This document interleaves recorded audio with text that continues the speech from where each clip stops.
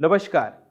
आज हम बात कर रहे हैं हमारे पड़ोसी देश नेपाल की, जो इस समय एक बड़े राजनीतिक और सामाजिक उथल-पुथल के दौर से गुजर रहा है। जो देश अपनी शांत वादियों और माउंट एवरेस्ट के लिए जाना जाता है, वहां आज आक्रोश की आग क्यों भड़की है?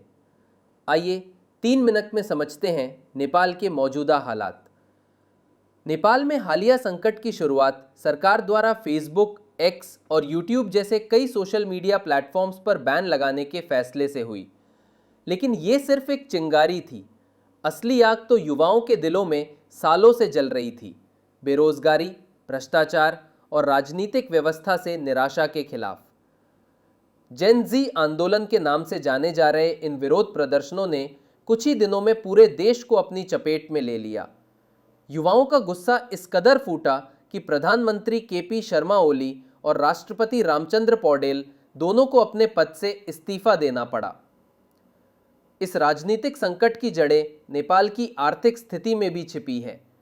देश में बेरोजगारी दर 10% से ज़्यादा है और लाखों युवा बेहतर भविष्य की तलाश में विदेश जाने को मजबूर हैं। आम जनता नेताओं के कथित भ्रष्टाचार और उनके आलीशान जीवन शैली से तंग आ चुकी है। नेपाल की अर्थव्यवस्था काफी हद तक कृषि, पर्यटन और विदेशों से भेजे गए पैसे रेमिटेंस पर निर्भर करती है। मौजूदा अस्थिरता ने इन सभी क्षेत्रों पर एक गंभीर खतरा पैदा कर दिया है, जिससे आम नागरिक का भविष्य और भी अनिश्चित हो गया है। नेपाल के इस संकट का असर भारत पर भी पड़ रहा है।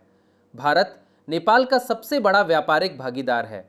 दोनों देशों के बीच रोटी बेटी का सदियों पुराना रिश्ता है, लेकिन हालिया घटनाओं के कारण सीमा पर सुरक्षा बढ़ा दी गई है और जयनगर कुर्था रेल सेवा जैसी महत्वपूर्ण परिवहन सेवाओं को अस्थायी रूप से रोक दिया गया है।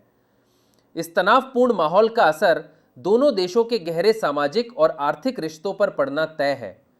प्रधानमंत्री और राष्ट्रपति के इस्तीफे के बाद नेपाल में एक बड़ा राजनीतिक शून्य पैदा हो गया है। सेना ने कई जगहों पर मोर्चा संभाल लिया है और देश में एक अनिश्चितता का माहौल है। प्रदर्शनकारी ने पूर्व चीफ जस्टिस सुशीला कार्की का नाम अंतरिम नेता के तौर पर आगे किया है, लेकिन आगे क्या होगा ये अभी साफ नहीं है। नेपाल आज एक दोराहे पर खड़ा है।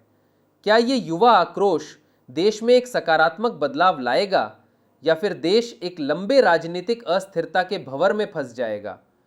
ये देखना होगा कि हिमालय की गोद में बसा ये देश अपने भविष्य की दिशा कैसे तय करता है।